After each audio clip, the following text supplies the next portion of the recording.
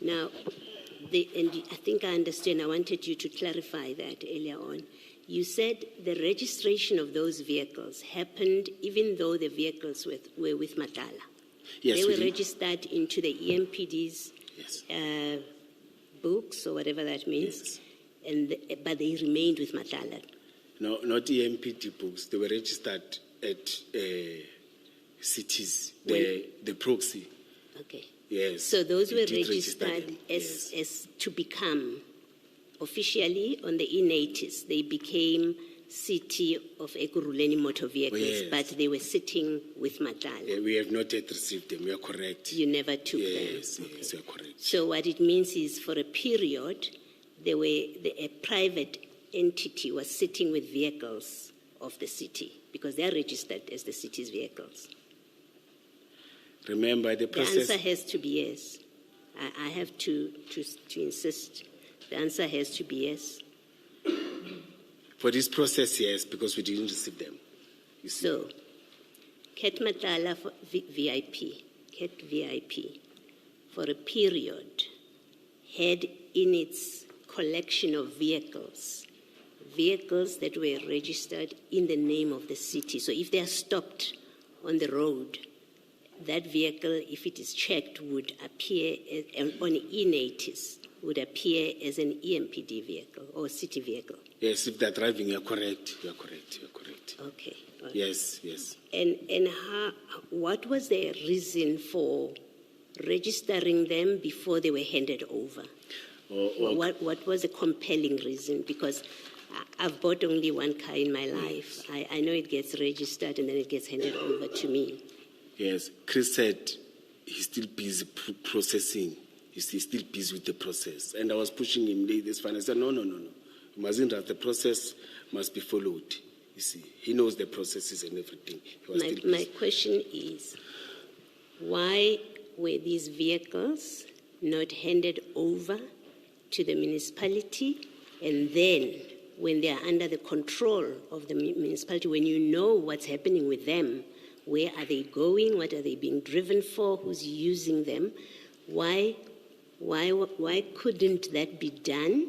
And then registration happens when they are under the control of the municipality. We didn't think of that.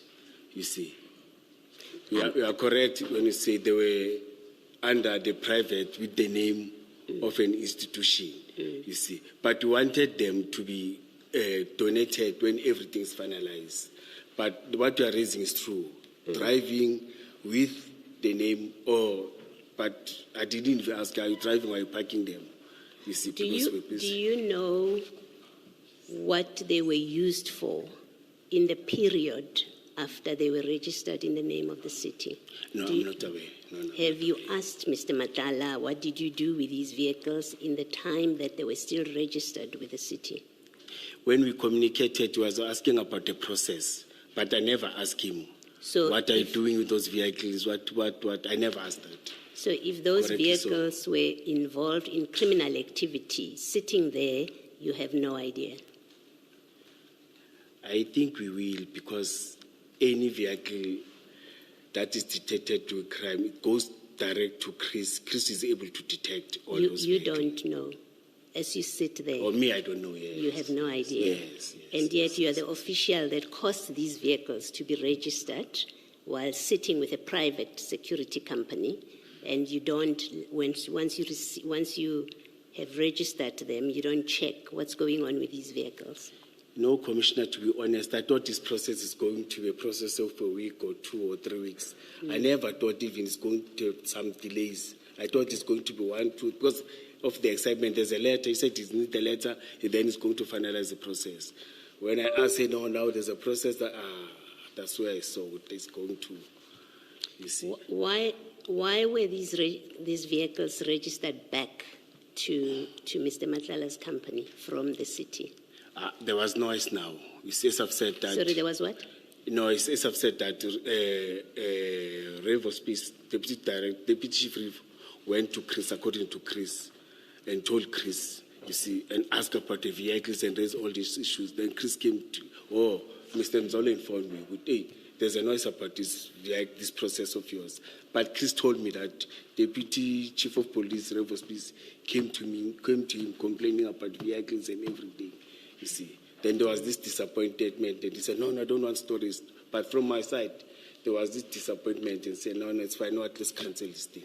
Did the deregistration happen after this story was in the media? The deregistration? Was it, you're saying Mzolo and then Spies. So in the timeline and evidence that we have received, Spies becomes involved because there's a media inquiry, right? So it's in the media. That's why Spies becomes involved for the first time. Yes. And then he makes inquiries with Steyn. So my question is, the deregistration back to Mr. Matlala, it happened because of now the matter is in the media, and there are now questions about it. Yes, you are correct. It happened because of Deputy Chief Rivers Peace went to Chris. Okay. You see. So, somewhere in your evidence, I understood you to say you were finalizing an item to go to council at some point. Did I understand you? No, Chris was doing that. Yes. It is his responsibility, not us. EMPD doesn't do finalizing of vehicles and everything. And what was going to be submitted? What were you going to ask from the council? No, I don't know. He was doing that. Yeah, he must have told you. These are your vehicles. This is your project. So let's speak frankly. This is your project. He's just the proxy, and that's why you went to him to say you are the proxy. Help with the registration. So you remain interested in this. And when he says, I have to go to council, firstly, you said to us, he said to you a letter of, I think you call it commitment or something? Intention to commit. Yes. To commit, yes. He said to you, that's okay. Just give me that letter of commitment and I will do it. Now he says to you, I'm preparing an item to go to council. And remember in your statement, you say, they told you this is how it was always done. It was done with a letter of commitment. Even Mapia has done it. Now Chris turns on you and says, I'm preparing an item to council. You did ask him why. If he told you that, you did ask him, and what did he say to you? Not an item. He said there's a process, you see. To go to council? Yes. Then he came back and told me that, no, now we are cancelling. There's a noise. Revo came to me and... I'm asking you this question. When he says to you, it must go to council, after first telling you that a letter of commitment is fine, I'll do it with a letter of commitment. And we know he did that because these vehicles were registered to the municipality at some point. When he says to you, I'm now preparing an item for council, you must have asked him, why now? Why are we involving council? What do we want from council? You must have asked him, and my question is, what did he say to you he wants from council? Why is this going to council? No, to be honest, Commissioner, I didn't ask because I know that he specialized. I was told that, no, in terms of these processes, he knows these processes better. I didn't even want to put pressure on that. You see, I didn't do that, honestly, so I didn't. Okay. Yes. And you did not do any formal process to take those cars now out of the name of the EMPD. No approvals internally, no reports, nothing. Because remember, these cars belong to the municipality now. They are sitting with somebody, but they belong to the municipality. Now, when you give them back to their owner by deregistering them from the name of the council, there were no reports to council, or to the municipality, actually, let me say, to the city. Remember, they were not yet processed to council. He was busy with that process. I think that's why it didn't, you see. But I was called. Yes. And asked, why did you deregister the vehicle that we were supposed, because we were told the vehicle did. I said, no, but Revo Speed, Deputy Commissioner Revo Speed, sorry, I mean to say tiredness, see, raised the issues of the car and everything. And to be honest, I was starting to be aware that all the character, or the way they were raising about Matlala and social media, and you see, then I think that's why, again, that I didn't push, I didn't want to resist, you see. Sorry. I said, no, it's fine. You see, because I wanted peace and stability on my side. Probably were listening and you heard Dr. Mkhwanazi say that a donation like that you arranged and then you got space to do, was unlawful because there's a policy of the city for accepting donations. You know that you now know that it's unlawful, in fact, what happened. No, I didn't listen. I was having pressure for documentation and everything. Yes, I remember that you were consulting. Let me put it to you. Dr. Mkhwanazi said this donation was not done in accordance, this thing that's called a donation, was not done in accordance with the policy on donations, and therefore it's irregular and unlawful. Do you know that it is irregular and unlawful, what you did? No, I think Chris was going to tell me because if there was a legislation or there was a policy that does that. For the matter that he said a letter. So you disagree with the city manager who says the authority lies with her, and if you don't do it in accordance with policy, you've acted irregularly and unlawful. You don't agree with her? No, I don't disagree. You don't disagree? Yes, I didn't know. I don't disagree. I didn't know. All right, thank you. Yes, I didn't know. Ms. Silo, now you can close. Thank you, Commissioner Baloyi. Just one very brief point, Commissioner. At the time you were introduced to Mr. Van Wyk and Mr. Matlala, what was your mandate in terms of your position? What fell within the purview of your functions? I pray that it's not a very long list. May you repeat the question for your me? Mandate, your mandate, or what were your functions? What were your functions at the time you were introduced to Mr. Van Wyk and Mr. Matlala? The director of operations, specialized services. Yes. Directing operations operationally. Yes, in terms of crime prevention, in terms of, let me say crime prevention per se, your crowd management and traffic law enforcement, all those things. All right. Maybe let me be direct. Did health fall under, was health issues relating to the health of EMPD members, did that fall within your mandate? No, health doesn't fall within the mandate of EMPD. That's why I said let him go and present to the seniors and CSMT. Didn't fall within my mandate. Let me not talk about EMPD. Let me talk about my mandate. Didn't fall under my mandate. All right, thank you. But do you know then why this was brought to your attention by the members that did so? Do you know why they did not go to the people, the relevant people? They were reporting to the same decision, or the same division, or they were reporting to my division. And I usually interacted with members and everything. See, that's how they introduced and said, no, go and see. And can you tell me then why you went to meet Mr. Van Wyk with regard to this issue? Why did, once your members reported it to you, why did you not tell the relevant people that there's such and such a person who have been told can provide this service to the municipality? Why was it you that went to Mr. Van Wyk? In fact, yes.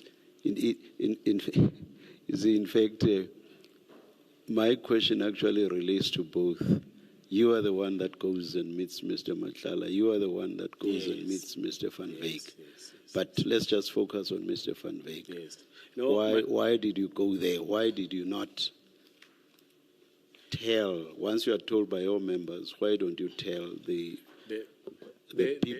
people whose function it was to deal with matters of this nature? So that if they saw a need, they would then be the ones that went to meet Mr. Van Wyk.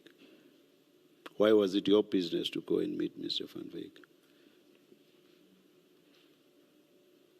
Why done, Commissioner? Why was it your business to go and meet Mr. Van Wyk? Yes. First of all, when the members presented it, they presented it as they didn't have so much information, but they were specific in terms of it's going to assist us in terms of operations, it's going to assist us when we are involved in shootings, in terms of first response and what. It was on a perspective of EMPD Exactly my point. benefiting. Exactly my point. You then go to the relevant people Yes. under whom matters of that nature fall, or under whose mandate matters of that nature fall. You go to them and you say all of what you've just described now. You say that to them. And if they see a need to then meet Mr. Van Wyk, it would be up to them to do so. Why did you not simply go to those people But when and say to them, my members say this? It's a simple question. Yes, when I went to him, that's when I told him, because he clarified No. it here. That's when I said, We are not at the stage when you go to him and meet him.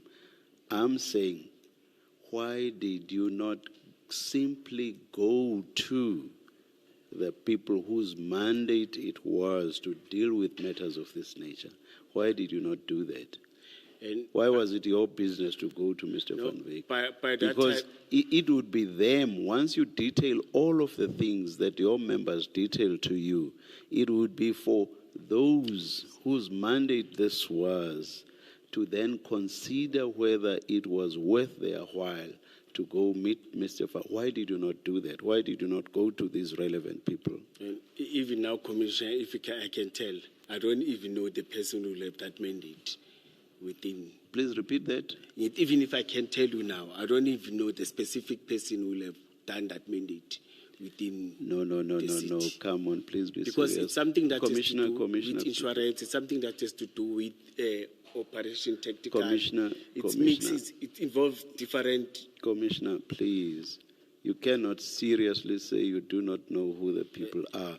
You are within the metro. You work for the metro. And this is a matter that relates to the health. I'll use health broadly, because even if you've been shot, that in a sense still relates to your health. You are within the metro. Surely you would know who the people that handle matters of that nature are within the metro. You cannot seriously say that you do not know who the people are. Come on, Commissioner. Commissioner, please allow me. I've said it earlier on that it involves different departments.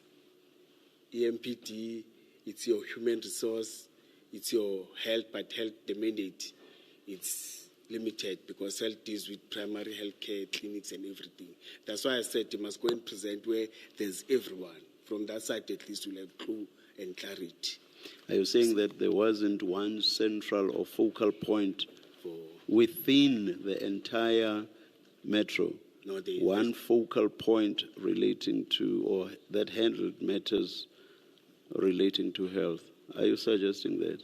Yeah, remember it was not health. You may, no. All of the three or so things that you Yes. itemized. I'm talking about those. So let's not waste time and run circles around that issue. So I'm saying, are you saying that within the metro there wasn't one central and senior person under whom all of these various departments fell, and to whom you would have simply referred this? I'm trying to understand why it would be you that goes to Mr. Van Wyk. Yes, I'm saying that, Commissioner, except maybe the office of the city manager, because it's a central. That's what I'm saying. All Yes, right, according to my understanding when I looked at I'll leave it. That's it what there. I'm saying, Commissioner. I'll leave it there. Thank you.